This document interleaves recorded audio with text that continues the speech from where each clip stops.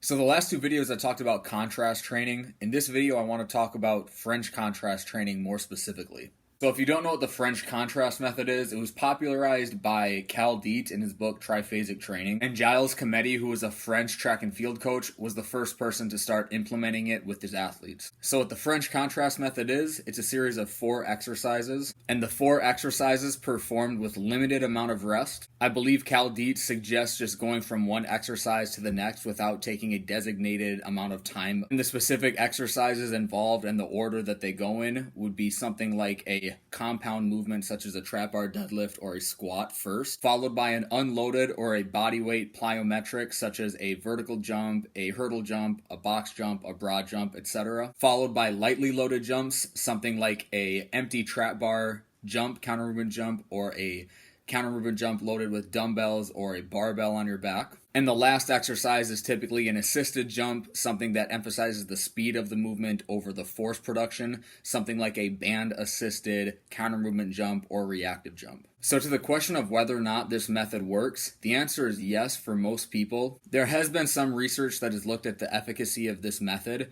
and it shows that there is improvements in maximum force production, maximal power production, vertical jump height, sprint times, and some other athletic qualities that are typically tested. Now, to the question of whether or not this method works better than other training programs, the answer is we don't know. I think what's important for most people when they're performing the French contrast method is that they don't fatigue themselves early in that complex. In my last video, I talked about how people with more experience and stronger people compared to weaker people actually have ability to activate a potentiating effect from a conditioning activity better than less experienced and weaker individuals. Weaker individuals and less experienced individuals have a tendency to fatigue themselves when trying to perform contrast training, so it's something that just needs to be kept in mind when trying to perform French contrast training as well. One thing I really like about the French contrast method that doesn't really get recognized for is that it's a very efficient way to train for power when you have a limited amount of time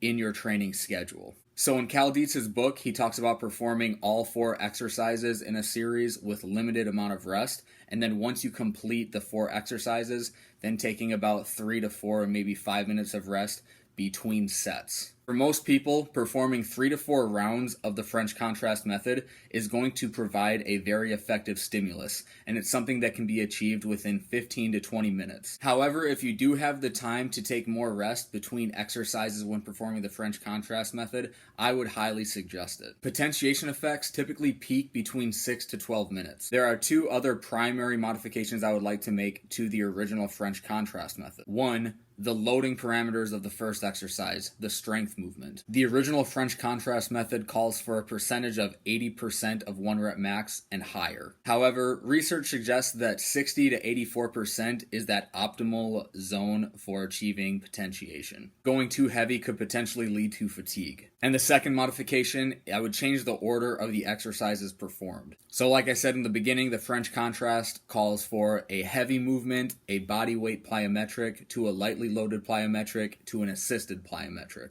When performing the French contrast method, I would prefer to just follow the force velocity curve all the way at the top left down to the bottom right. I really don't have any scientific reasoning for this. It just makes sense to me, and it feels better for me from an anecdotal perspective. So I guess to wrap this up, the French contrast method is an effective method when trying to train for power, train for strength, or training athletic development for many different athletes in many different sports. I like to implement it in my own training. I like to implement it in my athletes' training. Number 1, they enjoy it, and when enjoyment increases, adherence and compliance increases, which then allows for effort to increase. Secondly, sometimes we only have 30 minutes of training time with the teams that I work with, and it's an easy way to get good work in with a short amount of time. Thank you all for taking the time to watch this video. If you could please hit that like button for me, and if you're not subscribed already, please hit that subscribe button for me as well. I truly appreciate that.